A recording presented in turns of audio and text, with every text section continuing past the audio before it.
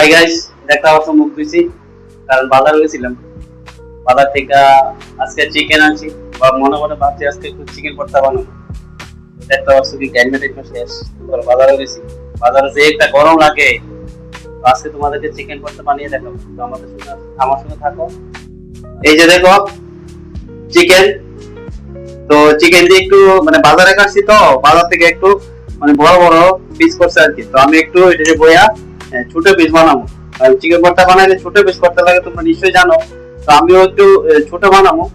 একটু ছোট করবো আর কি, যেগুলি বড় আছে এগুলি ছোট করবো। ছোট ছোট গুলি আর কাটতাম না, একটু কাটি।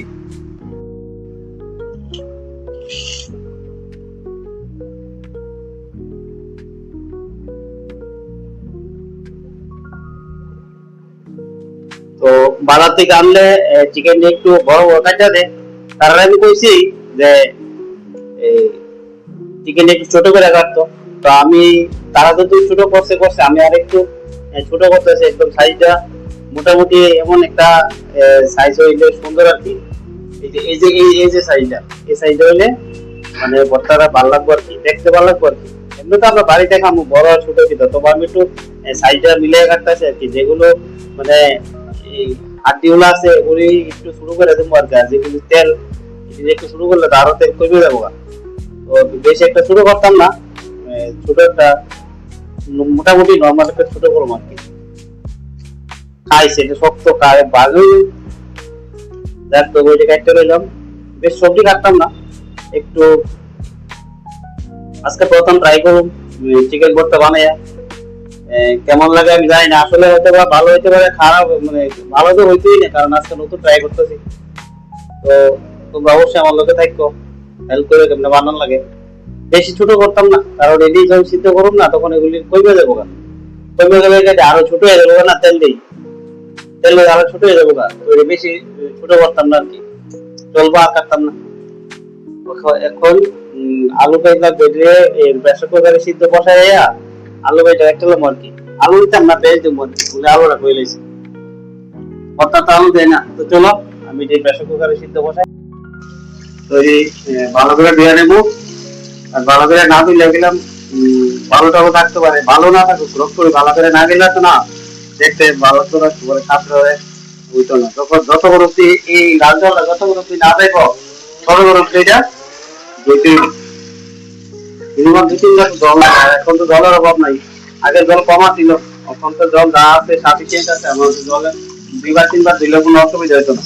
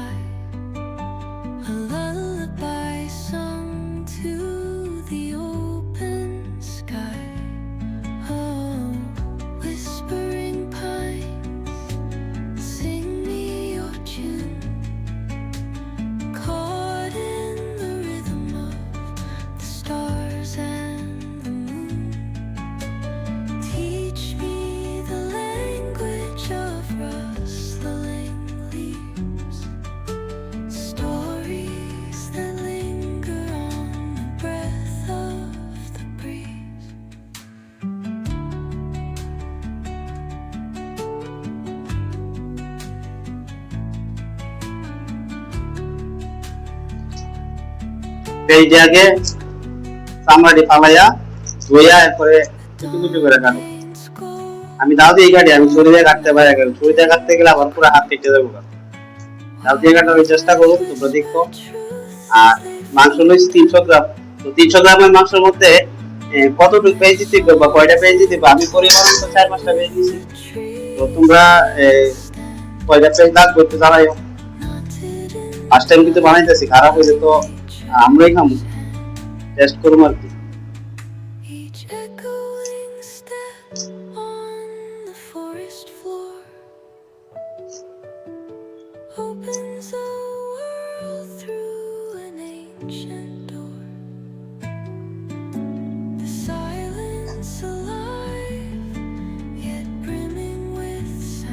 তো আমি প্রেসার কুকারে 2টা সিটি দিয়ে নামাই নিলাম, কারণ প্রেসার কুকারে দিলে তো জলটা ফালাই ঠিক। আমি ভালো করে সিদ্ধ করে দিলে সেটা আমি জলটা শুকতা আমি দিয়ে দিলাম, এখানে দিয়ে দিলাম। এখানে দিয়ে দিলে জলটা যতক্ষণ না শুকাইবো ততক্ষণ এটা সিদ্ধ করতে থাকে। জলটা আমি বেশি দিয়ে দিছি, জলটা একটু কমিয়ে দিলে ভালো হবে।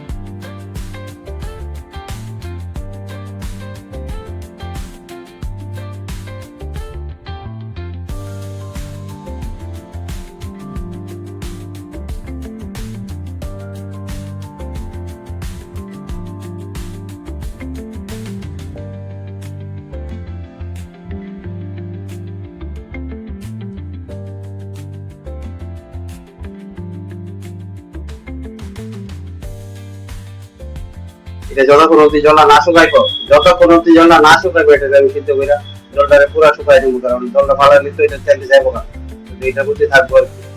আর এদিকে আমি মরিচটা দিয়ে দিলাম, কাঁচা লঙ্কাটা বাজিয়ে দেবো, আর শুকনো মরিচটা আমি পিড়া দিয়ে দেবো, এই যে আদা গোড়া কিছু একটা পুরাইয়া।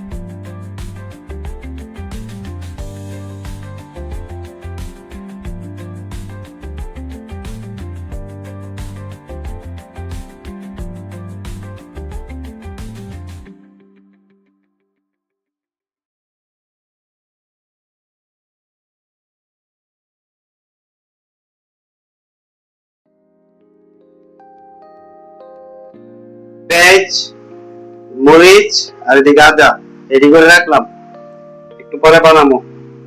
মতো আদা দিয়ে দিলাম, মরিচটি দিয়ে দিলাম, মরিচটি দিয়ে দিলাম, পেঁয়াজটি দিয়ে দিলাম।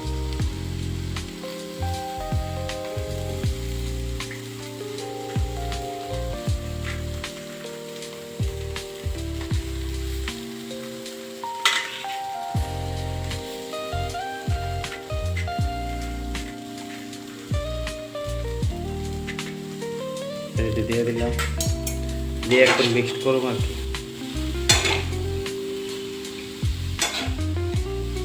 একটু লবণ দিতে দিব,